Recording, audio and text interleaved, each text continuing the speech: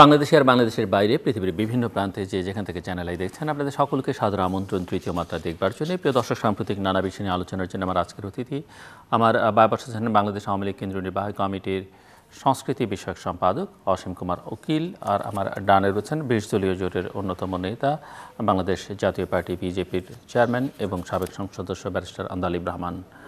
স্বাগত আপনার দুজনকে স্টুডিওতে। অসীম কুমার উকিল, আপনাকে দিয়ে শুরু করি যে অনেকেই মনে করছিলেন যে সরকারের কথাবার্তা কিংবা বিরোধী দলের আচার আচরণ সব মিলিয়ে বোধহয় সামনের দিনের রাজনীতি এগুলো একটু ইতিবাচক একটা রাজনীতি দিকে হবে, বিশেষ করে নির্বাচন কেন্দ্রিক যে রাজনীতি, সবাই হয়তো একটা নির্বাচনে অংশগ্রহণও করতে পারেন। কিন্তু সাম্প্রতিককালে বিএনপি চেয়ারপারসনের অফিসে যে পুলিশি তল্লাশি, সেটি অনেকে এই বার্তা দিচ্ছে যে বোধহয় পরিস্থিতিটা সরকারও বিএনপিকে এক ধরনের উস্কানির মধ্যে ফেলে দিতে চাইছে, যেন তারা একটা আগের মতো রাজনীতির ধারায় চলে যায় এবং যেটি হয়তো তাদেরকে এক ধরনের জনবিচ্ছিন্ন করতে সহায়তা করবে। আবার অনেকের কাছে এটিও মনে হচ্ছে যে সরকার এমন একটা বার্তা দিতে চাইছে যে সরকার আসলে চায় না যে আগামী নির্বাচনে বিএনপি বা তার মিত্ররা অংশগ্রহণ করুক, কোনো একটা কারণে বিএনপিকে তারা হয়তো দূরেই রাখতে চাইছে। আপনার কাছে কি মনে হয়? গত শনিবার ঘটনা এটি। গত শনিবার বাংলাদেশ আওয়ামী লীগের বিশেষ বর্ধিত সভা ছিল। বাংলাদেশ আওয়ামী লীগের সর্বশেষ সম্মেলনের পর প্রথম বর্ধিত সভা, বিশেষ বর্ধিত সভা। এবং বর্ধিত সভার শুরু হওয়ার আগের দিন আমাদের সাধারণ সম্পাদক মাননীয় মন্ত্রী জনাব ওবায়দুল কাদের সাহেব কিন্তু বলেছেন যে আগামীকালের বিশেষ বর্ধিত সভার মধ্য দিয়ে বাংলাদেশ আওয়ামী লীগকে আগামী দিনের যে জাতীয় সংসদ নির্বাচন, সেই নির্বাচনের মহাসড়কের যাত্রা শুরুর একটি বিষয়। অর্থাৎ কথাটা বলতে চাচ্ছি, আমাদের সম্মেলন হয়েছে অক্টোবর মাসে সম্মেলনের পরে নতুন কমিটির প্রথম বর্ধিত সভা এবং বিশেষ বর্ধিত সভা। বর্ধিত সভার যে কাঠামোটা থাকে, কেন্দ্রীয় কমিটির বাইরে জেলা আওয়ামী লীগের প্রেসিডেন্ট সেক্রেটারি থাকে। এখানে কেন্দ্রীয় কমিটি, জেলার সভাপতি, সাধারণ সম্পাদকের সাথে জেলার দপ্তর, উপদপ্তর, জেলার প্রচার উপপ্রচার এবং জেলার তথ্য গবেষণা সম্পাদকদেরকে ডাকা হয়েছে, মাননীয় সংসদ সদস্যদেরকে ডাকা হয়েছে, মাননীয় মন্ত্রী পরিষদের সদস্যবর্গকে ডাকা হয়েছে। অর্থাৎ বাংলাদেশ আওয়ামী লীগের সর্বোচ্চ নীতি নির্ধারণী ফোরামটাকে নিয়ে বসা হয়েছে আগামী দিনের জাতীয় সংসদ নির্বাচনকে সামনে রেখে বাংলাদেশ আওয়ামী লীগকে করণীয় বিষয়গুলি, সংগঠনকে সুদূর ভিত্তির উপর দাঁড় করানো, কীভাবে নির্বাচন নামানো করা, এই বিষয়গুলি নিয়ে মূলত এটা দেখা হয়েছে। সেক্ষেত্রে সমসাময়িককালের বাংলাদেশের আওয়ামী লীগের রাজনীতির একটি গুরুত্বপূর্ণ পদক্ষেপ এটি। এই বিষয়টাকে সাকসেসফুল করার জন্য আমাদের দিক থেকে নানা প্রস্তুতি হচ্ছিল, নানা সতর্কবাণী হচ্ছিল, সব কিছু আমরা খেয়াল রেখে চলেছি। আমরাও যখন বর্ধিত সভায় তখন আমরা ওই খবরটুকু পাই, এবং সেক্ষেত্রে যেটা পরবর্তী সময়ে দলের পক্ষ থেকে বিভিন্ন পর্যায়ে বলা হয়েছে, একটি গোয়েন্দা রিপোর্টের ভিত্তিতেই পুলিশি তল্লাশি অভিযান চালানো হয়েছে। আবার এটিও ঠিক সমস্ত মিডিয়াতে কথাটি বলা হয়েছে, কিছু পাওয়া যায়নি, ফলাফল শূন্য। এটাকে নিয়ে পরবর্তী শনিবার অতিক্রান্ত হওয়ার পরে রবি সোমবার কিছু পাওয়াও যদি যেত তাহলে তো এ কথাও আমরা বলতে পারতাম বা গণমাধ্যম বলতে পারতো বা যে কেউ ধারণা করতে পারতো যে এটি হয়তো ওই আইন শৃঙ্খলা রক্ষাকারী বাহিনীর সদস্যরাই ওখানে রেখে, কারণ এই ইতিহাস আছে, এই ধারণা, এই পারসেপশনটা আছে যে তারাই করেছে এবং তারাই রেখে আসলে এই অভিযোগটা আনছে। হ্যাঁ, কিন্তু এই জায়গাটা তো খুব একটা তোপে মানে হালে পানি পেত বলে মনে হয় না, কিছু পাওয়াও যেত। হ্যাঁ, তবু এটা বিশ্বাসযোগ্য হতো বলে মনে হয়, কিন্তু এরকম কোনো ঘটনা ঘটেনি। হ্যাঁ, এবং সেটা খুব ফেয়ারলি পুলিশের পক্ষ থেকে বলা হয়েছে, কিছু পাওয়া যায়, ফলাফল শূন্য। এটা রুটিন ওয়ার্ক বলে আমি মনে করি। এখানে কোনো অসৎ উদ্দেশ্য, মানে কোনো ষড়যন্ত্র করে এগুলি করা হচ্ছে আমি ব্যক্তিগতভাবে এটা মনে করি। একটা অভিযোগ আছে মিস্টার অসীম কুমার উকিল, যেটি আমরা কোনো পত্রিকায় আপনি নিজেও দেখেছেন যে লিখেছে যে প্রধানমন্ত্রীও জানতেন না, এবং কেউ যদি না জেনে থাকেন শীর্ষ পর্যায়ের রাজনৈতিক নেতৃবৃন্দ। আমি দেখেছি আপনার দলের সভায় ওগুলো নিয়ে অনেক সমালোচনা হয়েছে। অনেক সময় অনেক দিন ধরেই আলোচনা হচ্ছে যে দেশটাকে একটা পুলিশ স্টেটে পরিণত হচ্ছে কিনা, এবং কেউ এই অভিযোগ আনছে যে পুলিশ আসলে এতটাই শক্তিমান বা আইনশৃঙ্খলা রক্ষাকারী বাহিনীর সদস্যরা এতটাই শক্তিমান এখন যে তারা আসলে কারো ধারটা আর খুব ধারছেন না। এবং আমরা অতীত ইতিহাস বাংলাদেশের জানি যে এই ধরনের ক্ষেত্রে যখন এই ধরনের বাহিনীগুলোকে রাজনীতিবিদরা ব্যবহার করেন বিভিন্ন সময়, তারা একটা পর্যায়ে এমন একটা রূপ ধারণ করেন যখন তাদেরকে নিয়ন্ত্রণে রাখা যায় না এবং তারা শেষ পর্যন্ত রাজনৈতিক শক্তির ক্ষতি সাধন করেন। তা করে, অতীত ইতিহাস তাই বলে। ফ্র্যাঙ্কেনস্টাইনের দানবের মতো মাথার উপর চড়ে বসলে নামানো যায় না। আমি ঠিক বর্তমান ঘটনাগুলিকে এভাবে চিহ্নিত করছি না, তবে এই বিষয়গুলিতে মানে রাজনৈতিক অঙ্গনের আমাদের আরও বেশি সজাগ থাকা দরকার, আরও অনেক বেশি সতর্কতার সাথে বিষয়গুলো দেখা দরকার। আমি রেফারেন্স টানছি না, অতীতেও মানে দলীয় কার্যালয়গুলিতে এরকম পুলিশি হামলা, পুলিশি তল্লাশি, ধরেন আওয়ামী লীগের অফিসেও 23 বঙ্গবন্ধু একতলা, দোতলা, তিনতলাতে পুলিশ ঢুকেছে, পিটিয়েছে, রুম তছনছ করেছে। আমাদের একটা গবেষণা সংস্থা সিআরআই ধানমন্ডির অফিস, সেখানেও যেভাবে তল্লাশি করে আমাদের সমস্ত কম্পিউটার, আইটির বিভিন্ন লেটেস্ট ইনস্ট্রুমেন্টগুলি জব্দ করা হয়েছে, তালা মারা হয়েছে। আসলে এই ঘটনাগুলি সেগুলো কিন্তু সেই ঘটনাগুলো ঘটেছে এবং সেগুলো কিন্তু একটা পরিণতিও হয়েছে, নিন্দনীয় হয়েছে কোনো ঘটনা। আমি বলছি যে আসলেই এই যে জায়গাগুলি এরকমভাবে তৈরি হয়েছে, আমরা বৃত্তটা ভেঙে বের হয়ে আসতে পারতেছি না, চেষ্টা করছি। নিঃসন্দেহে আপনি যেখান থেকে শুরু করেছিলেন, আমিও মনে করি যে বাংলাদেশে একটি সুন্দর রাজনৈতিক আবহাওয়া বিরাজ করছে। আগামী দিনের জাতীয় সংসদ নির্বাচনকে কেন্দ্র করে সমগ্র রাজনৈতিক দলগুলি ক্রিয়াশীল। বাংলাদেশ আওয়ামী লীগ যেমন বিশেষ বর্ধিত সভা করেছে, ঠিক অনুরূপভাবে বিএনপির পক্ষ থেকেও যে ভীষণ 2030 যে কর্মসূচিটা দেওয়া হয়েছে, এটি আসলে নির্বাচনের তফসিল যদি ঘোষণা হতো তাহলে এটি নির্বাচনী ইশতেহার বলা হতো। যেহেতু নির্বাচনের তফসিল ঘোষণা হয়নি, সেহেতু একটা ভীষণ একটা টাইটেল দিয়ে ছাড়া হয়েছে। যদিও এই ভীষণটার সাথে বাংলাদেশ আওয়ামী লীগের সকল পর্যায়ের নেতা কর্মীরা আমরা পরিচিত, আমরা আগেই এটি দিয়েছি। সারা দেশে একটি নির্বাচনমুখী পরিবেশ বিরাজ করছে, সবাই কর্মকাণ্ড করছে। বিএনপিও যেমনভাবে সারা বাংলাদেশের টিম করে দলীয় কর্মকাণ্ড পরিচালনা করছে, আমাদের দেখতে বিশেষ বর্ধিত সভা, তার পরবর্তী সম্পাদক মণ্ডলীর সভা, আমাদের প্রচার দপ্তর এবং তথ্য গবেষণা সম্পাদকদের নিয়ে কেন্দ্রীয় কমিটির আলাদা বৈঠক, আমরা ওই কাজকর্মগুলি শুরু করেছি। তারপরেও পিছুটান থাকে, তারপরেও ষড়যন্ত্রকারীরা থাকে, ছবল দেওয়ার, হানা দেওয়ার চেষ্টা করে। আমরা আমাদের সামগ্রিক রাজনৈতিক দক্ষতা দিয়ে, সতর্কতা দিয়ে, আন্তরিকতা দিয়ে আমরা এগিয়ে যাব। এক কথা যদি আপনি বলেন, আমি জানতে চাই যে আপনি কি আগামী নির্বাচনটি একটি ভালো অংশগ্রহণমূলক নির্বাচন হতে যাচ্ছে? আমি আশাবাদী? আপনার সাথে আরো যোগ করে বলতে চাই আর কি, এটা হয়তো শুনলে অনেক সময় কে কীভাবে নেবে যায় না। আগামী দিনের রাজনীতি পার্টিসিপেটরি ইলেকশনটা হবে আগামী দিনের ফ্রি ফেয়ার অ্যাকসেপ্টেবল ইলেকশন হবে। এবং আমি মনে করি আমাদের যে দলীয় প্রস্তুতি, আমরা যেভাবে প্রস্তুত নিচ্ছি, আগামী দিনের নির্বাচনের উপর দাঁড়িয়ে বাংলাদেশের অনাগতকালের নির্বাচনের পদ্ধতিটাও দাঁড়াবে। আমরা এমন একটি পদ্ধতি এখানে তৈরি করে দিয়ে যেতে চাই, নিঃসন্দেহে free fair acceptable participatory election. Barrister Andaleeb Rahman Partha, দীর্ঘদিন পরে আপনি আবার এলেন এবং প্রশ্ন ওই একটাই যে আপনি কি দেখছেন যে আগামী নির্বাচনটিকে ঘিরে মানুষের মধ্যে যে প্রত্যাশা, আমরা 2014 পুনরাবৃত্তি যে প্রেক্ষাপটই হয়ে থাকুক না কেন পুনরাবৃত্তি দেখতে চাই না। তো সেক্ষেত্রে অবশ্যই যারা ক্ষমতা আছেন তাদের একটা ভূমিকা আছে, কিন্তু যারা অপোজিশনে আপনারা আছেন আপনাদেরও একটা ভূমিকা আছে। আপনারা কতটা ইতিবাচক রাজনীতি করতে চাইছেন, আপনারা কতটা নির্বাচনকে নির্বাচন হিসেবে নিতে চাইছেন, শুধুমাত্র মানে ক্ষমতায় যাওয়া নিশ্চিত হলেই নির্বাচন করব, না হলে করব না, বা রাজনৈতিক যে লড়াইটা সেটা নির্বাচনের মধ্যে দিয়ে করতে চাইছেন কিনা, সেগুলো নিয়ে জনমনে নানা রকমের প্রশ্ন আছে। সো আজকের দিনের যে দাঁড়িয়ে আপনি কি দেখছেন? বা জি ভাই, আপনাকে ধন্যবাদ। আমি প্রথমে স্টার্ট করি এই কথাটি নিয়ে। আপনি যে মেনশন করেন পুলিশ স্টেট, আর ভাই যে বললেন, আসলে ডেমোক্রেসি ইজ আ প্র্যাকটিস। আপনি অনেক বছর ডেমোক্রেসি প্র্যাকটিস না করে রাতারাতি যদি আপনি এক্সপেক্ট করেন যে ডেমোক্রেসি হঠাৎ করে হবে, সেটা সম্ভব না।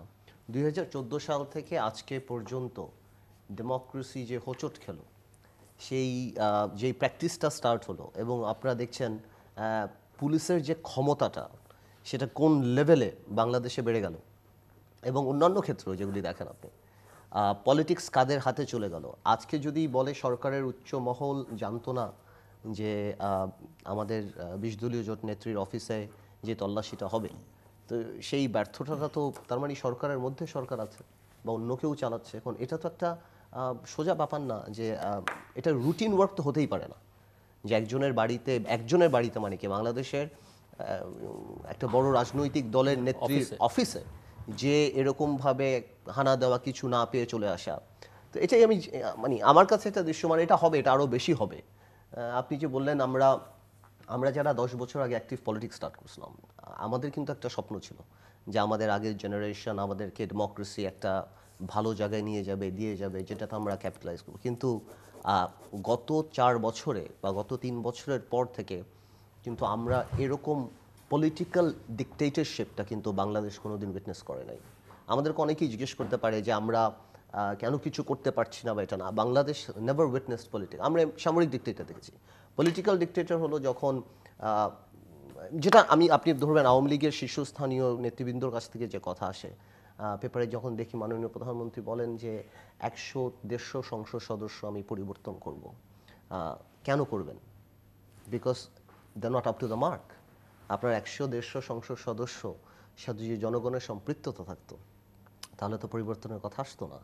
তো তার মানে গত 3-3.5 বছর আপনি যখন এই কথাগুলি রেলিভেন্ট, এই জন্য রেলিভেন্ট বিকজ আমরা তো একটা ডেমোক্রেসির মধ্যে ছিলাম। বাট এটা তো আবার মানে একার্থে আপনি যেরকম ব্যাখ্যা দিলেন তার সেই ব্যাখ্যা যৌক্তিক হলো, অন্যার্থে যদি আপনি এটুকু বিবেচনা করেন যে হ্যাঁ কেউ পারফর্ম না করলে তাকে সরিয়ে দেবেন, সেটাই তো স্বাভাবিক গণতন্ত্রে। আমি সেটা না বলছি না, বাট আমি বলছি যে তার মানে আপনি বিশ্বাস করছেন যে আপনি পারফর্ম করেন না। না করার রিজনটা কেন? এই না করার জন্য কিন্তু 2014 সালের নির্বাচনটা দায়ী। বিকজ আপনি কখন একটা এমপি রাস্তায় একটা ছেলেকে গুলি করে, কখন আমরা এমপিদের নামে পত্রিকায় দেখি ইয়াবার ব্যবসা, কখন আওয়ামী লীগের বড় নেতারা চিটাগংয়ের মহিউদ্দিন চৌধুরীরা যেভাবে আওয়ামী লীগের নেতাদেরকে কথা বলে, মানে যেই ধরনের ওয়ার্ড ইউজ করে, বা মন্ত্রী এমপিদের দুর্নীতির কথা বা যেভাবে আসে, এগুলি কখন হয় জিলু ভাই? এটা তখনই হয় যখন জনগণের সাথে আপনার সম্পৃক্ততা থাকে না। এবং ওই রাবার স্ট্যাম্প নির্বাচন হওয়ার পর যে লোকগুলি এমপি হয়েছেন বা যারা হয়েছেন তাদের সাথে জনগণের কমিটমেন্ট অনেক কম হয়ে গেছে, এবং ফর সাম রিজন ওনারা চিন্তা করেছেন আগামীতে ওনারা এভাবে পার পাবেন। মেবি প্রধানমন্ত্রী বা যারা সিনিয়র পলিটিশিয়ান ওনারা রিয়েলাইজ করছেন যে না, সামনের দিনগুলিও হয়তো অত সহজ হবে না। যার কারণে কিন্তু গণতন্ত্র যেই হোঁচটটা খেলো, এটাকে আপনি রাতারাতি পরিবর্তন করতে পারবেন না। আপনি জাস্ট ইমাজিন করেন, আমি জানি না আমার জন্য পলিটিক্যাল কথা অনেক কারেক্ট কথাটা বল, আবার তারপরে বলি, একজন এসপিকে অ্যারেস্ট করার ক্ষমতা সরকার রাখে না। বাবুল, যাকে নিয়ে পত্রিকাতে হাজারবার লেখা হলো মৃত্যু হত্যার যে এসপি বাবুল, তার চাকরি গেল, কিন্তু তাকে অ্যারেস্ট করার ক্ষমতা সরকার রাখে না। কেন রাখে না? এসপির হাতে হ্যান্ডকাফ দেখলে সারা বাংলাদেশের পুলিশ যদি রিয়াকশন হয়। আপনি ডেস্টিনিতে দেখেন সবাই ভেতরে, কিন্তু only because there was an army personnel সত্যি তাকে ছেড়ে দেওয়া হলো, বাকি সব কিন্তু জেল খাটছে। এগুলি কি? এগুলি হলো সরকারের যখন জনগণের উপর কনফিডেন্স নেই, তখন বিভিন্ন কোয়ার্টারকে সরকার খুশি রাখার চেষ্টা করে, এবং সরকার কোনো অ্যাকশন নেওয়ার আগেই চিন্তা করে এটা রিয়াকশনটা কি হবে। বাট অনেক আর্মি পার্সোনাল তো জেলে আছে। না, আমি বলছি কথা জাস্ট ইম্পর্টেন্টের কথা বলছি, যে এই এসপি সাহেবের যে জিনিসটা ছিল এটা আমার কাছে খুব পীড়া দেয়, যে ভাই তাকে অ্যাটলিস্ট নেওয়া যেত, বেল পেলে বের হয়ে যেত, বাট একদম আনটাচেবল হয়ে যাবে। সো আমি তাই বলার চেষ্টা করছি যে একটা সময় আসছে, এখন আমরা আপনি যদি আমাদের আগের জেনারেশন যারা রাজনীতি করেন তারা হয়তো নির্বাচনটাকে দেখছেন, কিন্তু আমি দেখছি যে এই গত 5 বছর বাংলাদেশের অনেক বড় তরুণ সমাজকে রাজনীতি থেকে আরো বেশি দূরে ঠেলে দিয়েছে। এমনি তো আমাদের একটা ক্রাইসিস ছিল, যে আমরাই যখন 2008 সালে নির্বাচন করছি। এর সঙ্গে আজকে যে কিছু সামাজিক অবক্ষয়, দুর্নীতির প্রসঙ্গ আছে, আপনি খানিকটা ইঙ্গিত করলেন সেই দিকে, এবং কিছু সামাজিক অবশ্যই তরুণ সমাজের ইদানিংকালের পত্রপত্রিকার পাতা উল্টালেই যে খবরগুলো বেরিয়ে আসে, সেগুলোর কোনো সম্পাদক দেখেন আপনি?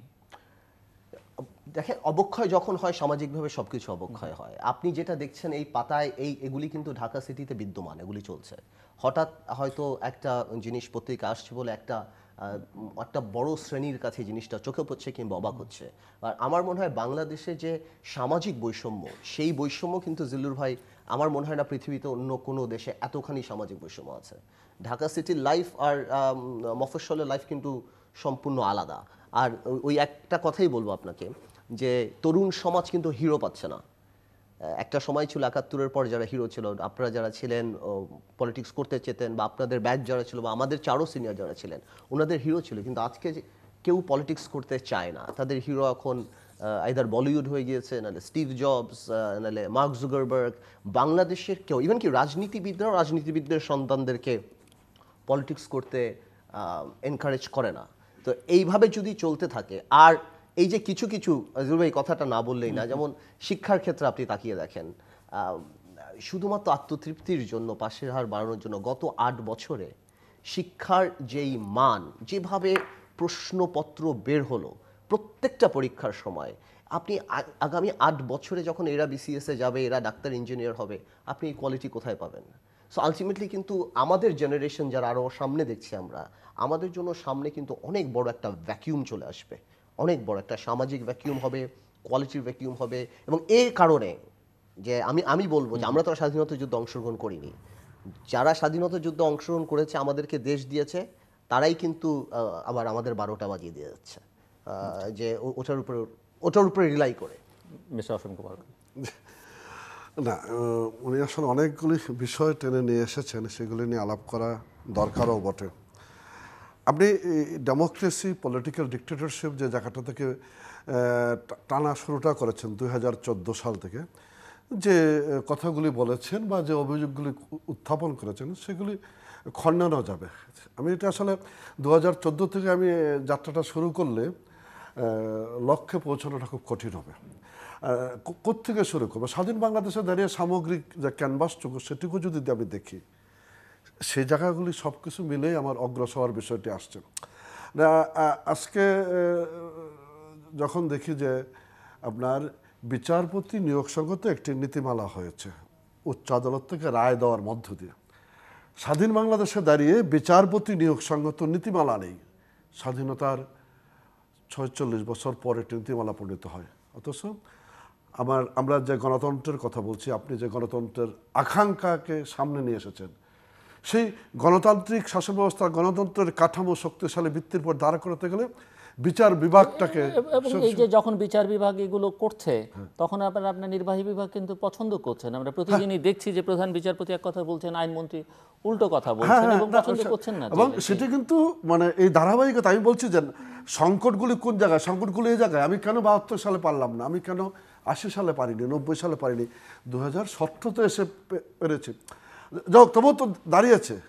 বাংলাদেশের যে কোনো পট পরিবর্তনের সময়, বিশেষত সামরিক জান্তাদের যে পট পরিবর্তন, সেই সময়কালের বিচারকদের ভূমিকা নিঃসন্দেহে মানে ইতিহাসে লেখা থাকবে, কি কালো অধ্যায় লেখা থাকবে নাকি অন্য অধ্যায়, সেটা ভিন্ন। সেই সময়কালে বিচারকদের ভূমিকা, গণতন্ত্রের মুখোমুখি এসে দাঁড়িয়েছে সামরিক শাসন, গণতন্ত্র সেনা ছাউনিতে বন্দী, আমরা রাজনীতির মাঠে বলতাম বুটের তলায় পিষ্ট। এই জায়গাগুলো অতিক্রম করে কিন্তু আমরা এসেছি। হুন্ডা গুন্ডা ডান্ডার রাজনীতি, নির্বাচন মানে কি মিডিয়াকু, নির্বাচন হয়েছে, একসময় ফলাফল ঘোষণা করছে, রাত্র 10টার সময় বন্ধ হয়ে গেছে, 24 ঘন্টা পর আবার ঘোষণা হচ্ছে। এরকম নানান চড়াই উত্তরায় পার হয়ে আমরা একটি জায়গায় এসে দাঁড়িয়েছি 1990-91 সালে। অন্তত আমরা তখন ছাত্রনেতা, সর্বদলীয় ছাত্রকে গঠন করে আমরা বলছি সামরিক শাসন, স্বৈর শাসনের চির অবসানের লক্ষ্যে আমরা সমস্ত জোট মানুষগুলো আমরা ঐক্যবদ্ধ হয়েছিলাম। তারপর থেকে একটি জায়গা অন্তত হয়েছে, নির্বাচন প্রক্রিয়ার মধ্য দিয়ে ক্ষমতার পালাবদলটুকু হয়েছে। গণতান্ত্রিক শাসন কাঠামো শক্তিশালী করতে পেরেছি কিনা এই প্রশ্নটা থেকেই যাচ্ছে। না, যে গণতন্ত্রের ভিত্তির এটাই, যেমন বিচার বিভাগ, যেমন আমার পার্লামেন্ট, সকল আলাপ আলোচনা কেন্দ্রবিন্দু বা পার্লামেন্ট, সেই পার্লামেন্টকে আমি শক্তিশালী করতে পারিনি, কাঙ্ক্ষিত লক্ষ্যে পৌঁছতে পারিনি। বিচার বিভাগ, নির্বাহী বিভাগ পৃথকীকরণ হয়েছে, কিন্তু নির্বাহী বিভাগের জবাবদিহিতার জায়গাগুলি কোথায়? সামগ্রিকভাবে এই সংকটগুলিকে একত্রিত করে আমরা এগিয়ে যাচ্ছি। সেখানে 14 থেকে এই পর্যন্ত এটি বিচ্ছিন্ন করে আলোচনা করে অগ্রসর হওয়া যাবে না। কোনো একটি দল কিংবা একটি জোটের 14 সালের নির্বাচনে অংশগ্রহণ না করার সীমাবদ্ধতা জাতিকে বহন করতে হবে, আমি তা ব্যক্তিগতভাবে মনে করি না। আমি মনে করি ওটি 8 বছর অতিক্রান্ত হয়েছে নির্বাচনের মধ্যে দিয়ে। আমাদের সামগ্রিক পদক্ষেপ গণতান্ত্রিক প্রক্রিয়ার পক্ষে রাজনৈতিকভাবে বাস্তবতার আলোকে এটি আমরা প্রতিষ্ঠিত করতে পেরেছি। আবার অল্টারনেটিভলি আপনারা 10 বছর, আপনাদের জোট বা বিএনপি 10টি বছর ক্ষমতার বাইরে, আমরাও 21 বছর ক্ষমতার বাইরে ছিলাম। 1975 থেকে 1996 সাল পর্যন্ত ক্ষমতা বাইরে ছিলাম। সামগ্রিকভাবে আমাদের নেত্রী, জননেত্রী শেখ হাসিনা আওয়ামী লীগের সভানেত্রীর দায়িত্ব নেওয়ার পর থেকে আমরা অনেক চড়াই উত্তরায় পারে, অনেক রক্তাক্ত পথ পেরিয়ে আমরা 1996 সালে ক্ষমতায় এসেছি। গণতন্ত্রের পথে যে প্রতিবন্ধকতা 75-এর 15 আগস্ট তৈরি করা হয়েছিল, সেই 15 আগস্টের বিচারের, বঙ্গবন্ধু হত্যার বিচারের রায় বাস্তবায়ন করার মধ্যে দিয়ে আমরা হত্যা, ষড়যন্ত্র, রাজনীতির চির অবসান ঘটাতে চেষ্টা করেছি, আইনের শাসন প্রতিষ্ঠা করার চেষ্টা করেছি। গণতন্ত্রের কাঠামোর জন্য এগুলি খুব শক্তিশালী। আজকে আমরা একটি জায়গায় এসে দাঁড়িয়েছি। 10টি বছর আপনারা যদি ক্ষমতার বাইরে থাকেন, তাহলে আমি কি করেছি, আমি কতটুকু বৈতরণী পার হয়েছি, তার চেয়ে তো বড় বিষয় আপনার সিদ্ধান্তটা সঠিক ছিল কিনা, কতটুকু পিছিয়ে পড়েছিলেন, কতটুকু আপনার দলকে ধরে রাখতে পেরেছেন। এই বিষয়গুলো আজকে অনেক বড় বিষয়ে আলোচনা করতে হবে 5ই জানুয়ারি নির্বাচন আমাদের সফলতা ব্যর্থতার চাইতেও আপনাদের পার্টিসিপেশন করা না করার ব্যর্থতাটা অনেক বড় কোশ্চেন হয়ে দাঁড়িয়েছে। আজকের বাংলাদেশে আমি মনে করি, বলেন যে পারমিশন দিচ্ছে না, পারমিশন আপনারা প্রোগ্রাম করেন, পারমিশন দেওয়া নেওয়া দেওয়ার বিষয়টি থাকেই সবসময়। আমরা সামরিক শাসন বিরোধী আন্দোলন করেছি না, আমরা 75-এর পরে আমরা আন্দোলন করেছি না, পারমিশন দিয়েছে নাকি? আমরাও তো মাঠে মোকাবেলা করেছি, আমাদের মিছিলের ট্রাক তুলে দেওয়া হয়েছে না, সেলিম দোলার মারা গেছে, আমরা কত জাফর জেনারেল মোজাম্মেল কাঞ্চন ত্রিপালিসা, কত রক্তাক্ত পথ পেরিয়ে আমরা আজকের এই বাংলাদেশে এসে দাঁড়িয়েছি। 30 লক্ষ শহীদের রক্তের উপর দাঁড়িয়ে এখন আমার মিটিংয়ের পারমিশনের অজুহাত তুলতে কিন্তু হবে। সেই কাজগুলো করতে গেলে তো আবার এক ধরনের সংঘাতে লিপ্ত হতে হবে। সেই জায়গাটাতে আসতে চাচ্ছি, সেই সংঘাতটা তো সেই হবে। সংঘাতময় মানে রাজনীতি আমরা অনেক বা সময় লক্ষ্য করি যে ছোট ছোট রাজনৈতিক দলও রাস্তায় কর্মসূচি দিয়ে কর্মসূচি শান্তিতে পালন করতে পারে না, পুলিশ তাদের আপনি উপরে চড়াও কারেক্টলি হয়। আইডেন্টিফাই করেছেন। সেই সংঘাত, সেই প্রশ্নটা কেন আসছে, কেন এই জায়গাগুলি তৈরি হয়েছে? আপনার বাংলাদেশের ধর্মাশ্রয়ী রাজনীতির আবরণে আমার গণতন্ত্রের পথে যেভাবে কণ্ঠ কাকীর্ণ করে রাখা হয়েছে, সেখানে 5ই জানুয়ারি নির্বাচনকে পিন পয়েন্ট করে আপনি গণতান্ত্রিক অগ্রযাত্রাকে এগিয়ে নিয়ে যেতে পারবেন না। সংকট অন্য জায়গায়, ধর্মাশ্রয়ী রাজনীতির আলোকে বাংলাদেশের যে জঙ্গিবাদের উত্থান, প্রতিটি ক্ষেত্রে মৌলবাদের তো অর্থনীতি সেই আশ্রয় তো আপনার দলও নিচ্ছে, আপনার দলও এখন, আপনার দলের নেতৃবৃন্দ এখন বলছেন যে একটা ইসলামিক উইং করতে হবে বা ইসলামিক ফ্রন্ট করতে হবে।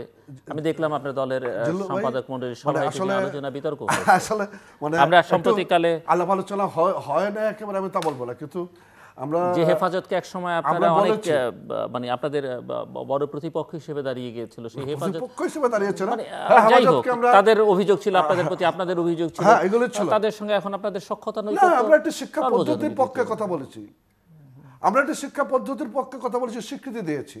আমরা তো একটা রাজনৈতিক দলের সাথে সমঝোতার বিষয় এখানে আসেনি, সেটা আমি অন্য প্রসঙ্গ, আমি সেখানে যাচ্ছি, এখন আলোচনাটা এই জায়গাতে যেতে চাচ্ছি না। আমরা যেটা আন্দোলন প্রার্থ যথার্থই মানে গণতান্ত্রিক কাঠামোগুলির পক্ষে দাঁড়িয়েছেন, আমিও এই গণতান্ত্রিক কাঠামোর একজন। আমরা 75 ছাত্র রাজনীতির হাতে করে নিয়েছি।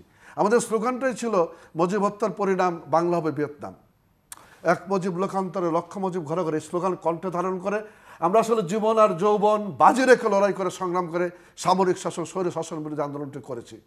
লক্ষ্য একটাই, গণতন্ত্রের কাঠামোগুলোকে দাঁড় করানো। সেই গণতন্ত্রের কাঠামোগুলো দাঁড় করানোর ক্ষেত্রে আজকে আমরা কতদূর সহায়ক? আমার নির্বাচন ব্যবস্থা আমি শক্তিশালী করেছি, আমি বিচার বিভাগ শক্তিশালী করেছি, আমরা এগিয়ে যাচ্ছি। তারপর আসেন, আমি বলছি তো আগামী দিনের নির্বাচন হবে পার্টিসিপেটরি, সেই জায়গাটার ক্ষেত্রে এখন সমস্ত দায় দায়িত্ব আপনি শেষ করলে আমি বলবো। অবশ্যই সমস্ত দায় দায়িত্ব আমার কাঁধে চাপিয়ে দিয়ে আপনি যদি নিজেকে নির্দোষ প্রমাণ করতে চান, তাহলে রাজনৈতিক অঙ্গনে অগ্রসর হওয়া যাবে না। দায়িত্বটুকু নিয়েই আমরা অগ্রসর হতে চাই। আপনি অনেকগুলি ইস্যু উঠিয়েছেন, আর এর মধ্যে অনেকগুলি ইস্যু আপনি উঠিয়েছেন, আর এর মধ্যে আপনি পলিটিক্যাল অনেক কথা বলেছেন। আসলে টকশো সবচেয়ে বেস্ট পার্ট হলো যে জনগণ দেখে, ওনারা যাচাই করতে পারে, আমার আর আপনার ব্যাপারটা আসে না। আমি এত পিছিয়ে যেতে চাই না, আমরা সবাই জানি কে কতখানি গণতন্ত্র প্র্যাকটিস করি। তবে আমি মনে করি পার্সোনালি যে গণতন্ত্র হলো মাইন্ডসেটের ব্যাপার। হ্যাঁ, আমার চিন্তা চেতনায় গণতন্ত্র থাকতে হবে। হ্যাঁ, আমার ক্ষমতা পালা বদলে স্বচ্ছভাবে ক্ষমতা হস্তান্তর করার প্রক্রিয়াকে, আমার কষ্ট হয় আমরা নির্বাচনে যাইনি, কি দরকার দাঁড়িয়ে বলার 40% ভোট হয়েছে, দরকার কি? তোফায়েল আহমেদের মতো লোকরা যাদের 69 গণভোটে এত অর্জন, টিভির সামনে দাঁড়িয়ে বলে জনগণের বিজয় হয়েছে। হোয়াই? আপনি বলেন যে বিএনপি ভুল করেছে, আসেনি, অনলি 5% ভোট হয়েছে, আনফর্চুনেট, আমরা করে দেবো। এই জিনিসগুলি আমাদেরকে খুব পীড়া দেয় যে ভাই কেন ব্লাইটেন্টলি আপনারা দাঁড়িয়ে বলছেন যে জনগণের বিজয় হয়েছে, এই হয়েছে।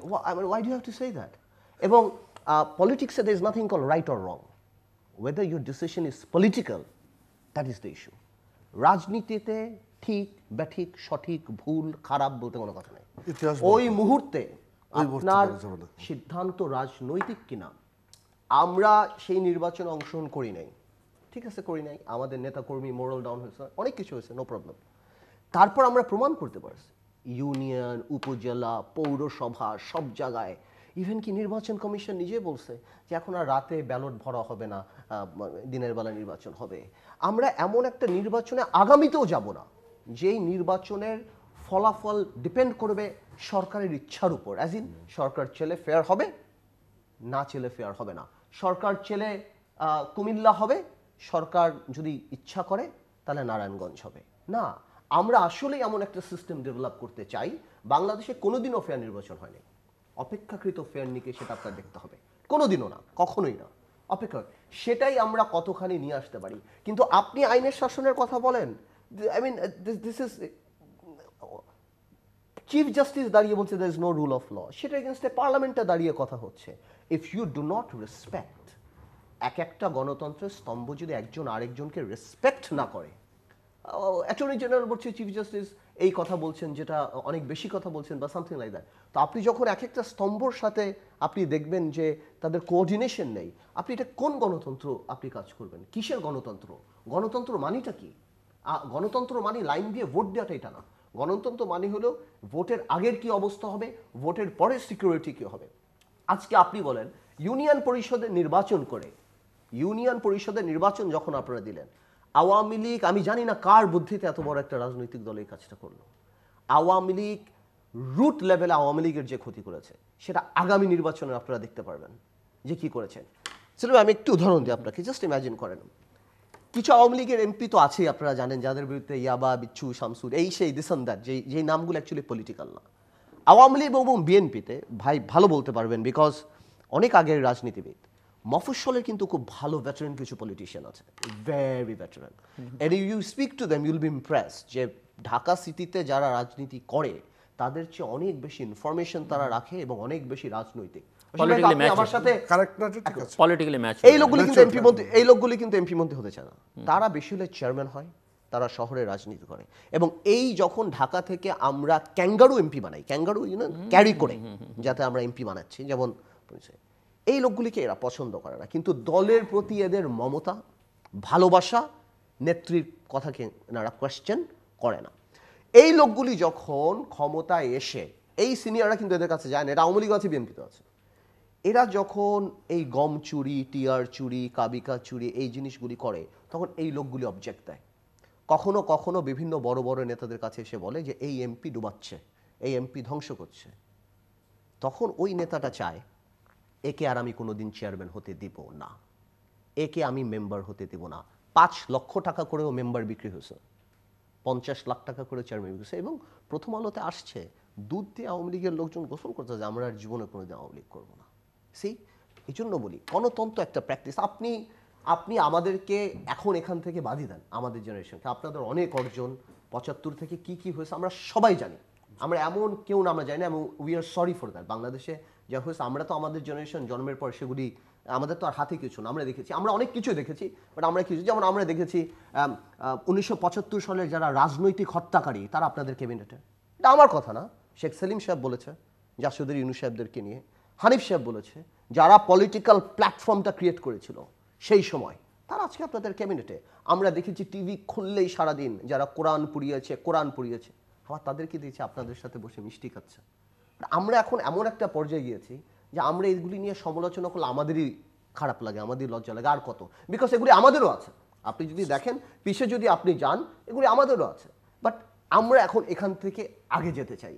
কিন্তু আগে যাওয়ার জন্য আমাদেরকে আপনারা একটা প্ল্যাটফর্ম দেন। আপনারা নির্বাচন, আমরা অবশ্যই যাব, আমরা নির্বাচনমুখী, বাট আমরা আমাদের মতো তো হতে হবে, বা আমাদের মতো যদি নাও হয়, আপনাদের একটা পজিশন, আমাদের একটা পজিশন, এর মাঝখানে somewhere we need to stand, যে যেখানে একটা অ্যাকসেপ্টেবল হবে, যেটা হওয়া উচিত সেটাই হতে হবে।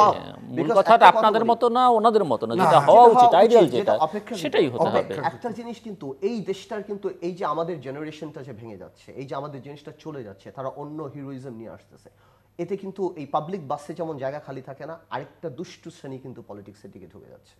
এবং আলটিমেটলি দেখবেন আপনার সন্তান বা আমাদের ব্যাচে অনেক বিদেশে চলে গেছেন, তারা এখন আমাদের জিজ্ঞেস করে, পার্থ তোমার নামে 10টা মামলা, 11টা মামলা, এখনো পলিটিক্স করতে চাও? Will you be able to change it? হ্যাঁ, আপনি দেখেন সোহেল তাজের মতো, ইভেন আমার এত কষ্ট লাগে দেখেন এই জিনিসটা, আমি পার্সোনালি বলতে চাই না, প্রধানমন্ত্রী কতগুলি এমপি বানিয়েছেন, এমনি তো ডাকসু নাই, আপনার তো আসার দরকার নেই, একটাই ওয়ে আছে, যদি আপনার বাবা রাজনীতি করে থাকে অ্যাটলিস্ট আপনি একটা পজিশন পাচ্ছেন, যা পাচ্ছেন, সেখানেও যারা ঢুকেছে, আপনি দেখেন জিল্লুর রহমান সাহেবের ছেলে কত বড় রাজনীতিবিদ, পাপন সাহেব, he is busy, Mustafiz cricket খেলবে না মুশফিক ব্যাটিং করবে, অথচ রাজনীতিটা কত বড়। নাইম সাহেব, উনি তো এমপিও আছে, শুনেন আমি আপনাকে একটা কথা বলি, জিল্লু ভাই, ইউ হ্যাভ টু কারেক্ট, এটা এমপি আর পলিটিশিয়ান কিন্তু এক না, না তা তো বটেই। হ্যাঁ, আমরা চাই বড় বড় আমরা চাচ্ছি রাজ্জাক সাহেবের ছেলে, আমরা চাচ্ছি জিল্লুর রহমান সাহেবের ছেলে, আমরা চাচ্ছি আহসান, আমরা চাচ্ছি তাজউদ্দিন সাহেবের ছেলে, যাদের একটা বড় ব্যাকগ্রাউন্ড আছে, যারা খাটের উপর বসে অনেক বেশি রাজনীতি দেখেছে। আমরা তাদের কাছ থেকে চাচ্ছি যে তারা আরও ইয়াং জেনারেশনদেরকে প্রমোট করে, বিকজ রাজনীতি শেখার জায়গা তো আর নেই। আপনি বই পড়ে অনেক কথা বলতে পারবেন, কিন্তু বই পড়ে আপনি সাইকেল চালানো শিখতে পারবেন না। সাইকেল চালানোর জন্য আপনার সাইকেল চালাতে হবে। পলিটিক্স আপনি বই পড়ে শিখতে পারবেন না। আপনি জানতে পারবেন, অ্যানালাইসিস করতে পারবেন, ক্রিটিক্যাল হতে পারবেন, but for that you need to do practice.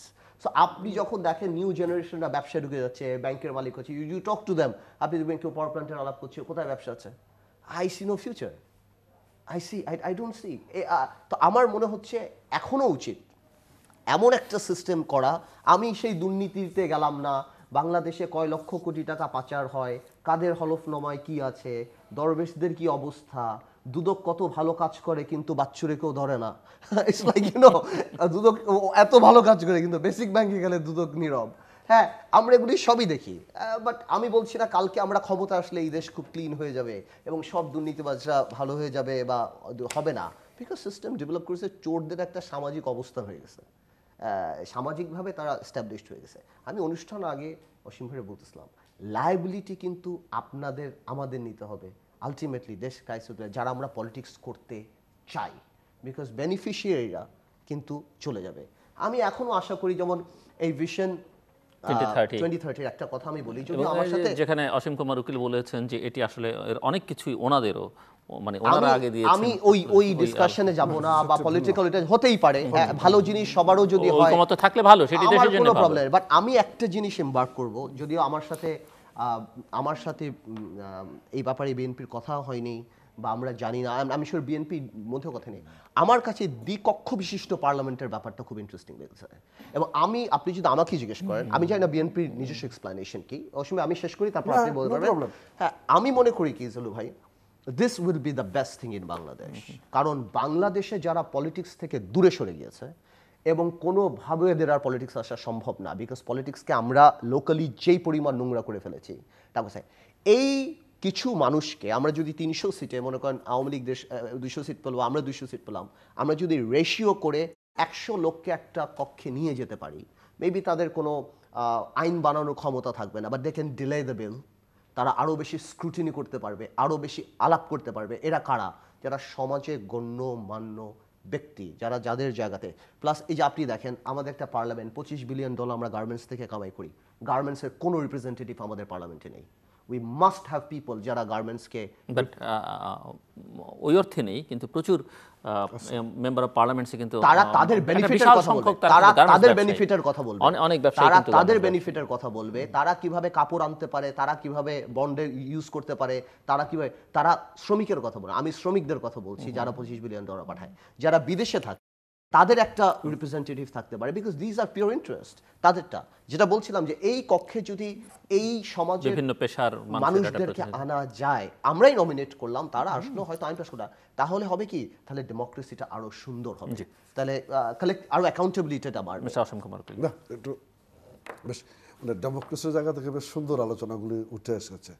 তো সেক্ষেত্রে মানে কথার পৃষ্ঠে কথা এসে যায়, অনেক সময় বিরূপ সমালোচনার জায়গায় যাওয়া যায়। আমি যেটা বলতেছিলাম যে ধরেন চিফ জাস্টিস কিছু কথা বলেছে, অ্যাটর্নি জেনারেল কথা বলেছে, আলোচনাটা এই জায়গাতে রেখে এরপরে ডক্টর কামাল হোসেন সাহেব কি বলেছেন এই জায়গাটা আনা গেল না, এটুকু বাদ দিয়ে কিন্তু আমি এগোতে পারবো না। আমি বলতে চাচ্ছি না, আমি বললাম যে আলোচনাটা অসম্পূর্ণ থেকে যায়। চিফ জাস্টিস বলেছে, অ্যাটর্নি জেনারেল বলেছেন, আমাদের মানে আইনজ্ঞনের একজন বিশিষ্ট ব্যক্তি, আমাদের সংবিধানের প্রণেতা, আমাদের সাবেক পররাষ্ট্রমন্ত্রী ডক্টর কামাল হোসেন সাহেব কি বলেছেন, সেই আলোচনাটা সম্পূর্ণ করে আমার এগোতে হবে। ডক্টর কামাল হোসেন তো বেসিক্যালি সরকারেরও কেউ না, বিরোধী দলেরও কেউ না, ওনাকে মানুষ চিনে বাংলাদেশে একজন মুরব্বী মানুষ হিসেবে। উনি যদি কোর্টে এমন কোনো কথা ব্যবহার করে থাকেন যেই কথাটা ঠিক হয়নি, বা যেই কথাটা মানানসই না, বা ওনার কাছ থেকে এক্সপেক্ট করে না, তাহলে আমার মনে হয় যে এতে দুঃখ পাওয়ার চেয়ে এর বেশি কিছুই নাই। এটাই, এটা আনফরচুনেট। না এটা হতে পারে না। ডক্টর কামাল হোসেন এটা মানে ব্যারিস্টার আন্দালুল রহমান পার্থ বললেও বাচ্চা ছেলে বলে বলেছে বলা যায়, ডক্টর কামাল হোসেন বলেছে বাচ্চা মানে কত বয়স আপনি বাচ্চা ডক্টর কামাল হোসেনের তুলনা ডক্টর কামাল হোসেন বলেছেন, আমার মনে হয় দর্শকদের আপনি এই বাচ্চার ব্যাপারটা কিন্তু খুব ইম্পর্টেন্ট, ডক্টর এটাও আসবো আমি এরপরে। ডক্টর কামাল হোসেনের তুলনায় বলছি আমি অন্য সেন্সে, কিন্তু ডক্টর কামাল হোসেন মানে অনেক কিছু মিন করে। উনি যখন এই পবিত্র বিচার অঙ্গনে দাঁড়িয়ে মানে এমন একটি শব্দ উচ্চারণ করছে যেটা মানে হোল বিচার ব্যবস্থাকে নিয়ে টান দেওয়ার মতো অবস্থা হয়ে থাকে, আমি সেই জায়গায় বলছি যে আলোচনার সবটা আনতে হবে। আমি নিঃসন্দেহে মানে মনে আমি করি আপনার না সাথে একমত। আপনি আলোচনার প্রশ্ন মানে ডক্টর কামাল হোসেন সাহেব যেই কথা বলেছেন কোর্টে, যেটা আমার পেপার পত্রিকায় দেখেছি, পেপার পত্রিকায়। এটা কোনো বাংলাদেশের মানুষ এটা অ্যাকসেপ্ট করবে না। না, এটা বলতে পারে না। You can call it attorney general. আমি এটাকে অভিযুক্ত করছি না, আমি বলছি যে আলোচনাটা জায়গায় নিয়ে আসতে হবে।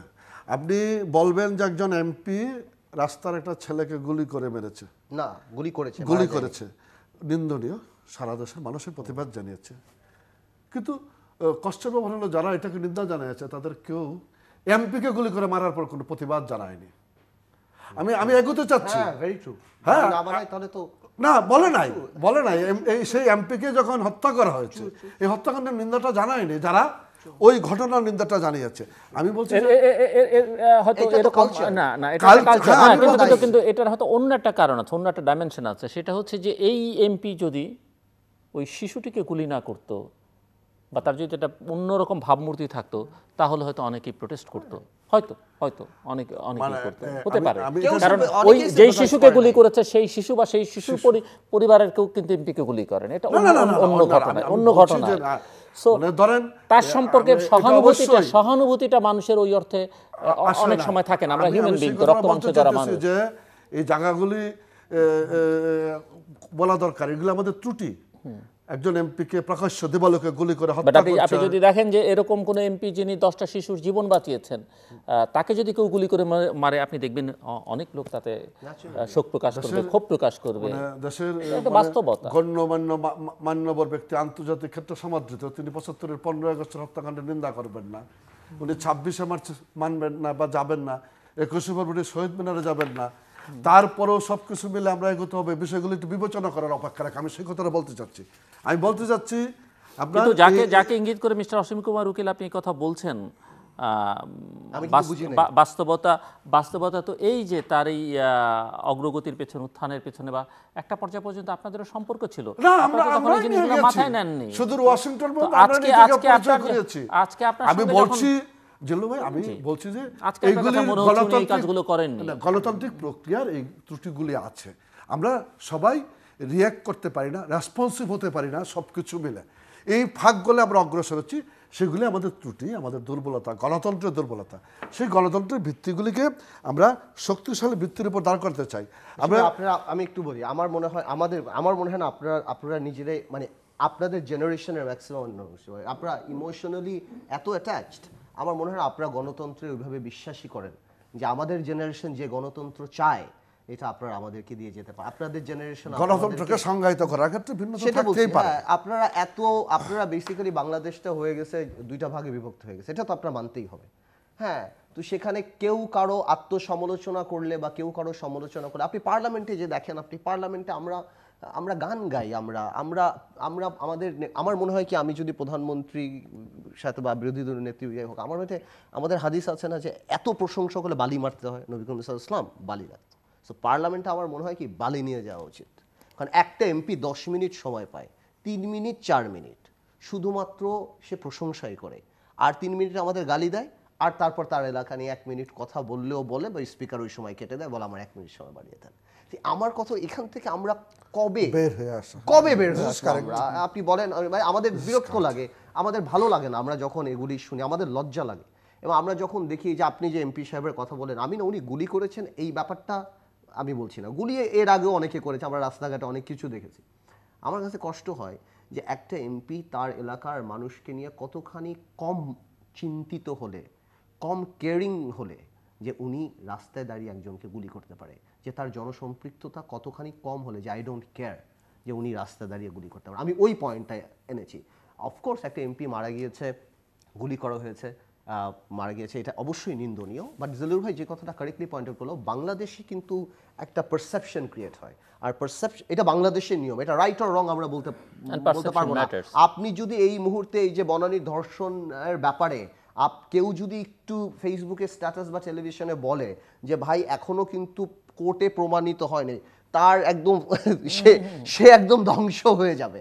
বিকজ বাংলাদেশে পারসেপশন রুলস, আর আমরা এই পারসেপশনের উপর ভিত্তি করেই আমরা লিডার বানাই, আমরা নেতা বানাই, আমরা কাউকে পছন্দ করি, অপছন্দ করি কারো। আপনি গণজাগরণ মঞ্চের কথা দেখেন না, আর আজকে সাইদি সাহেবের একই রায়, অথচ there is no one, তাই না? আপনি কাদের মোল্লার অবস্থা যেটা, আর আজ সাইদি সাহেব তো একই জিনিস হলো, অথচ একটা লোকও নেই। So we are like this. এখন আমার ব্যাপারটা হলো যে আমরা চাই যাতে আগামীতে নির্বাচন মানে গণতন্ত্র, এই কথা আমি বলবো না, সেটা একদমই না। বাট আমরা চাই অ্যাটলিস্ট এই জিনিসটা এমন একটা সিস্টেমে পড়ুক, let the ball start rolling, যে আরো ভালো 20টা ছেলে রাজনীতিতে আসতে পারে, যাতে আমাদের দেখতে ভালো লাগে, আমাদের বুঝতে ভালো লাগে, এবং তাদেরকে দেখে আরো মানুষ আসে। যেমন জুল ভাই, আমি একটা কথা বললাম, ভাই যে একটু বললো যে এই যে ছোট বড় রাজনীতিতে বাচ্চা বা বয়স্ক, এটার কিন্তু আসলে একটা বড় ব্যাপার আছে। কি ব্যাপারটা বাংলাদেশে আছে? বাংলাদেশে you can't be a junior senior lawyer. বাংলাদেশে you can't be a junior senior politician. বাংলাদেশে you can't be a junior senior doctor. বাংলাদেশে আপনার রাজনীতিবিদ হলে, বড় উকিল হতে হলে বয়সের যে থ্রেশহোল্ড সেটা আপনার পার হতেই হবে, এবং ওখানে গেলেই আপনি কিন্তু কিছু বেনিফিট পাবেন যেটা ছোটবেলায় আপনি পাবেন না, বা আপনি ট্রু পলিটিশিয়ান। যেমন আমি বলি, যেটা আপনি যদি সিরিয়াস দেখেন, যে আমাদের শিক্ষামন্ত্রী নাহিদ, আমি বলার পর আপনি অসীম ভাই আপনি চলে যেতে পারবেন। আমাদের শিক্ষামন্ত্রী নাহিদ সাহেবের কথা আপনি চিন্তা করে দেখেন, এমনি একটা ইমপ্রেশন, সিনিয়র মানুষ, আগে ন্যাপ করতে হয়। এই যে শিক্ষা ব্যবস্থার যেই অবস্থাগুলি দাঁড়াচ্ছে, যেই খারাপ অবস্থা, প্রত্যেক পরীক্ষায় প্রশ্ন বের হয়ে যাচ্ছে, কোনোভাবেই বই দিয়ে লাভ কি, কোটি কোটি বই দিয়ে লাভ কি যদি প্রশ্নই বের হয়ে যাচ্ছে, পত্রিকা কিন্তু ওনাদেরকে ধরে না। আপনি বাজারের দামের অবস্থা চিন্তা করে দেখেন, আজকে জিনিসপত্রের দামের কথা গত 3-3.5 বছর রোজা আসলে, আজকে তোফায়েল আহমেদ সাহেবের জায়গায় যদি আবুল হোসেন থাকতো, বা মায়া সাহেব থাকতো, বা আমি পার্থ থাকতো, মিডিয়া কি করতো? অথচ ওই যে 69-এর কিছু অর্জন আছে সেটার জন্য ধরা। তো এরকম এমনভাবে একটা পর্দা ছায়া বানিয়ে ফেলেছে যে যেটা ওই বেনিফিটটা আমরা পাই না, কিন্তু আমাদের মানে রাজনীতির অঙ্গনে কিন্তু এক্সপেরিয়েন্সটাকে অ্যাভয়েড করার কোনো উপায় নাই। আবার মানে বলে ওল্ড ইজ গোল্ড, হ্যাঁ হ্যাঁ ট্রু, আমি একমত আপনার সাথে, সেটাও আছে। দৃশ্যমান যে বিষয়গুলি আপনি বলতেছিলেন না যে সমন্বয়টা থাকতে হবে, সমন্বয় আপনি বলতেছিলেন যে 100-150 এমপি নতুন আসবে, আসলে এটাও মানে এই যুগের চাহিদাও বলতে পারি। মানে আমরা যে জায়গাটা তৈরি করছি আর কি, ডিজিটাল বাংলাদেশ, আপনি যে শিক্ষা ব্যবস্থার কথা বলতেছেন ধ্বংস হয়ে যাচ্ছে, এগুলি ঠিক, মানে বাহিরে যাওয়ার ক্ষেত্রে উচ্চশিক্ষার জন্য, হ্যাঁ এইগুলি ঠিক আছে। এই পরিবর্তনের মাঝে একটা নিউ জেনারেশন হাঁটি হাঁটি পা পা করে কিন্তু অগ্রসরও হচ্ছে, মানে হতাশার যথেষ্ট জায়গা আছে এই ব্যাপারে কোনো দ্বিমত নেই। পলিটিক্সে অসীম ভাই সবচেয়ে কম ঢুকছে। আপনি দেখেন ব্যবসা কত ভালো করছে বাংলাদেশে, যারা আগের জেনারেশন ব্যবসায়ীরা, ওনাদের ছেলেরা ব্যবসায় ঢুকছে, আমরা যারা দেখছি কত ভালো করছে ওনারা, কিন্তু ওই তুলনায় রাজনৈতিক অঙ্গনে একটা একটু ভেকুয়াম বলি বা একটু দীনতা নিচতা যাই বলি, একটা গ্যাপ আছে। সেই জায়গাটা কভার করার জন্য আমাদের সকলে মিলে দায়িত্ব নিতে হবে, এটার কোনো বিকল্প নেই। রাজনীতি একটি বিজ্ঞান, যে বিজ্ঞান দেশটা চালায়, সেখানে সমস্যা তো হয়েছি অনেক কিছু, এই সমস্যার মাঝখানে দিয়ে আস্তে আস্তে বলে এটুকু উত্তরণ হয়েছে 91-এর পর, এখন থেকে আজ পর্যন্ত নির্বাচনী প্রক্রিয়া ক্ষমতা পালাবদল হচ্ছে। নিউ জেনারেশন আসছে, অশিক্ষিত আসছে, শিক্ষিতও আসছে বেশ হাই, মানে ধরেন আপনাদের ব্যারিস্টার আঙ্গিনায় কতগুলো ব্যারিস্টার, কি সুন্দর করে বলল, শিক্ষিত আছে, এটা তো অস্বীকার করার কোনো বিষয় নাই। আপনাদের ব্যারিস্টারের আঙ্গিনা আপনি চিন্তা করেন, মানে কতগুলো একঝাঁক তরুণ ব্যারিস্টার আছে যারা রাজনীতির অঙ্গনে আছে, আমাদের পলিটিক্সও আছে। এটা একটা মানে দেখার মতো বিষয়, এনজয় ইট, মানে ব্যারিস্টার এবং সব মানে দেখলে মনে হবে সব পার্থদের বয়সী সব ছেলে মেয়েগুলো একসাথে কাজ করতেছে, এটা বিরাট এক ঝাঁক আসছে আর কি। আসতেছে না একেবারে তা না, সংকটও আছে, সমাধানের জন্য এই জায়গাগুলিতে হবে না, আসতে তাদের আবার থাকতেও হবে, রাখতেও হবে। আমি আশাটা বলতেছি থাকাটাও হচ্ছে, জায়গা করে দেওয়ার ব্যাপারটাই বড় সংকট, কেউ জাগাত দেয় না, আবার বট গাছের না নিচে এটা চারা না, গাছ জন্মায় না। আমি একটু থামাই। এখানে আসা বা থাকার কোনো কিছু না, পলিটিক্যালি এডুকেটেড হতে হবে, সবচেয়ে বড় জিনিস। সেই প্র্যাকটিসটুকু হ্যাঁ, তো এই প্র্যাকটিস থাকতে হলে পলিটিশিয়ানের সাথে থাকতে হবে। আপনার এইম হতে হবে যে আমি রাজ্জাক হব, আমু হব, তোফাল আহমেদ, আমি আবুল হোসেন হব না, বা আমি ব্যাংকের মালিক হব না, বা আমি বিলিং। আপনার ফোকাসটা রাখতে হবে যে আমি বাংলাদেশের বড় বড় রাজনীতিবিদের কাছে, এখন এদের তো স্কোপ নাই যে তারা অনেক সিনিয়র লিডারদের পাবে, এখন ওরা তো নাই। এখন যারা আছে তাদের কাছ থেকে পলিটিক্স বেটার পার্টটা নেওয়ার জন্য, যেটা যুগোপযোগী। এখন আমাদের জেনারেশন যদি আসে, এখন তো সবাই আওয়ামী লীগের নেতা হতে চাবে। আওয়ামী লীগের ইয়াং জেনারেশন নেতা তো এখন সবাই হবে। আওয়ামী লীগের আসল ইয়াং জেনারেশনের নেতা বের হবে যখন আওয়ামী লীগের চলে যাবার পর, পতনের পর, বা ক্ষমতায় না থাকার পর, তখন দেখা যাবে আওয়ামী লীগের রাজনীতি কে কে করতে চায়। এখন তো সবাই নেতা, এখন আপনি যেখানেই যাবেন সবাই, যার বাবা মন্ত্রী সেও নেতা, যার বাবা এমপি তার সন্তানও নেতা। এত টিভি চ্যানেল দেখা যাচ্ছে, টিভিতে যাচ্ছে, কথা বলছে সেটা। বাট আসল রাজনীতিবিদ বের হবে যখন ক্ষমতার বাইরে থাকে। এটা সকলের ক্ষেত্রে প্রযোজ্য, বিরোধী দলে থাকে। সেক্ষেত্রে আমাদের একটা ভরসার জায়গা আর কি, আমাদের বেড়ে ওঠা। আজকের যারা নিয়ন্ত্রক এরা প্রায় সকলেই মানে মিছিল মিটিং, আন্দোলন, লড়াই সংগ্রামে বড় হওয়া মানুষ, তাহলে তো ভালো, প্রায় অধিকাংশ। নিউ জেনারেশনও আসছে, হ্যাঁ নিউ জেনারেশন আসছে না, নিউ জেনারেশন আসছে, হ্যাঁ ক্ষমতার বলে।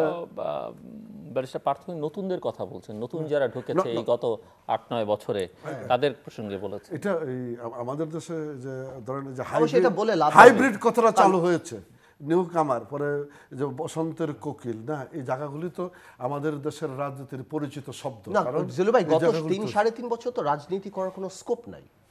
আপনি দেখেন গত 3-3.5 বছর রাজনীতির কোনো স্কোপ নাই। There is no politics, is only উন্নয়ন। একটাই কথা যে উন্নয়ন, আমরা উন্নয়ন করছি, আমরা উন্নয়ন করছি।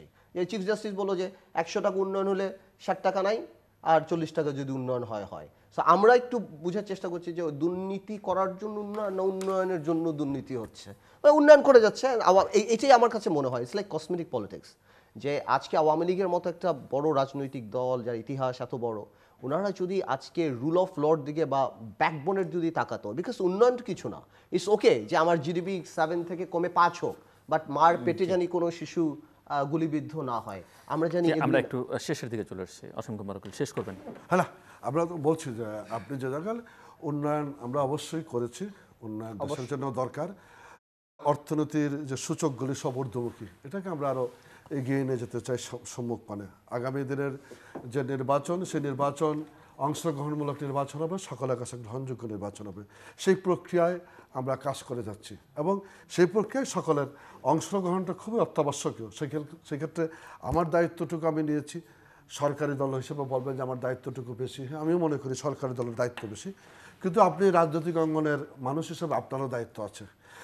জিল্লু ভাই মিডিয়ার মানুষ হিসেবে জিল্লু ভাইয়ের একটা দায়িত্ব আছে, যার যার অবস্থান থেকে সকলেরই দায়িত্বটুকু সম্মিলিত ফসলটা হবে আগামী দিনের জাতীয় সংসদের নির্বাচনের সকলের অংশগ্রহণের মধ্যে দিয়ে, এর মধ্যে দিয়ে এগিয়ে যাবে। আপনি হতাশার কথা বলেছেন, সীমাবদ্ধতার কথা বলেছেন, এগুলো অস্বীকার করার উপায় নেই। আবার সূর্য উদিত হবে, সুন্দর সকাল হবে, এগিয়ে যাব সম্মুখপানে, এটাই আমাদের প্রত্যাশা। দর্শক, আমরা অনুষ্ঠানের শেষ প্রান্তে ইতিমধ্যে সম্পর্কে আপনি লিখতে পারেন ডাকে, ইমেল, SMS এর মাধ্যমে, ইন্টারনেট, আমাদের অফিসিয়াল ওয়েবসাইট অথবা সোশ্যাল মিডিয়াতে যেসব পেজ রয়েছে সেসব পেজে আপনারা আপনাদের মতামত রাখতে পারেন। আর আপনাদের মতামতে আমাদের অনুষ্ঠান তৃতীয় মাত্রা আপনি দেখতে পাবেন প্রতি বৃহস্পতিবার এবং শুক্রবার বাংলাদেশ আমার 2টোয়, বুধবার দুপুর 11:30 এবং শুক্রবার দুপুর 1:05 দেখবার আমন্ত্রণ রইল। তৃতীয় মাত্রার এই পর্বটি সামাজিক যোগাযোগ মাধ্যম ফেসবুকেও সরাসরি সম্প্রচারিত হচ্ছে, কাজেই যারা চ্যানেলের পর্দায় চোখ রাখতে পারছেন না, তারা ইন্টারনেটের সঙ্গে যুক্ত থাকলে নানাভাবে তৃতীয় মাত্রা দেখা যায়, তবে ফেসবুকে আপনি সরাসরি দেখতে পারেন। এর বাইরে এই পর্ব অন্যান্য পর্ব দেখবার জন্য ভিজিট করতে পারেন তৃতীয়মাত্রা.com। Social media, Facebook, Twitter, Google plus কিংবা ইউটিউব থেকে আপনি যে কোনো সময় এই পর্বগুলো দেখে নিতে পারেন। ব্যারিস্টার আন্দোলন রহমান পার্থ এবং মিস্টার অসীম কুমার উকিল, অসংখ্য ধন্যবাদ আপনাদের দুজনকে আলোচনা অংশ নেবার জন্য। দর্শক দু নেতাই একমত যে আমাদের একটি স্থায়ী নির্বাচনী প্রক্রিয়া তৈরি করতে হবে এবং সেটির জন্য আগামী নির্বাচনটি হয়তো যাত্রা শুরুর একটি পর্যায় হতে পারে এবং সেই জায়গায় দুজনই আশাবাদী। এবং দেশে এক ধরনের সামাজিক বৈষম্য আছে, অস্বীকার ওনারা করছেন না। সামাজিক অবক্ষয় একটা চরমে পৌঁছেছে সে বিষয়ে ওনাদের মধ্যে কোনো ভিন্ন মত নেই এবং দেশে রাজনীতির ক্ষেত্রে এখন সেই অর্থে তেমন কোনো আদর্শ মডেল তৈরি হচ্ছে না যাকে মডেল হিসেবে তরুণরা বিবেচনা করতে পারে। এই জায়গায় হয়তো ছোটোখাটো রাজনৈতিক কারণে বিভেদ থাকতে পারে, মতবিরোধ থাকতে পারে, কিন্তু বাস্তবতা হচ্ছে এটি যদি কোনো বা শিশু কিশোর বা তরুণকে লিখতে বলা হয় যে তোমার আদর্শ মানুষকে বাংলাদেশে মোটামুটিভাবে নিশ্চিত বলা যায় যে কোনো রাজনীতিবিদের নাম সেখানে স্থান পাবে না। বাংলাদেশি কারণ নাম এখন স্থান পাবে কিনা সেটিও বলা কিন্তু খুব কঠিন। যাই হোক, আমরা আশা করব যে সেরকম একটা জায়গা তৈরি করতে হবে, তার জন্য রাজনীতিতে একটা গুণগত পরিবর্তন আনতে হবে। দেশে উন্নয়ন হচ্ছে, অর্থনৈতিক অগ্রযাত্রা হচ্ছে, সেগুলো নিয়ে ছোটোখাটো রাজনৈতিক বিতর্ক হতে পারে, কিন্তু বাংলাদেশ এগুচ্ছে। হয়তো এগুনের গতি নিয়ে অনেকের প্রশ্ন আছে, সরকার হয়তো বলবে বা বলছে অপ্রতিরোধ্য গতিতে এগিয়ে চলছে বাংলাদেশ, বিরোধী দল হয়তো বলছে যে সেই অর্থে এগুচ্ছে না, বা বলছে একটা উন্নয়নের ধারাবাহিকতা আছে, তারাও কিছু করেছিলেন, এখন ওনারা হয়তো আরেকটু এগিয়ে নিচ্ছেন। কিন্তু এগুলোকে টেকসই করতে হলে অবশ্যই আমাদের গণতন্ত্রকে আরও শক্তিশালী করতে হবে, গণতান্ত্রিক প্রক্রিয়াকে আরও শক্তিশালী করতে হবে, প্রতিষ্ঠানগুলোকে গড়ে তোলবার দিকে মনোযোগ দিতে হবে এবং তরুণদের অবশ্যই রাজনীতিতে আকৃষ্ট করবার জায়গাগুলো প্রবীণ বা মধ্যবয়সী যারা আছেন বা রাজনীতিতে দীর্ঘদিন জুড়ে যারা আছেন তাদের সেরকম একটা জায়গা তৈরি করে দেবার এবং পরিবেশ তৈরি করে দেবার ব্যবস্থা করতে হবে। দর্শক, আমাদের সঙ্গে থাকবার জন্য অসংখ্য ধন্যবাদ, আপনাদের সবার জন্য শুভকামনা।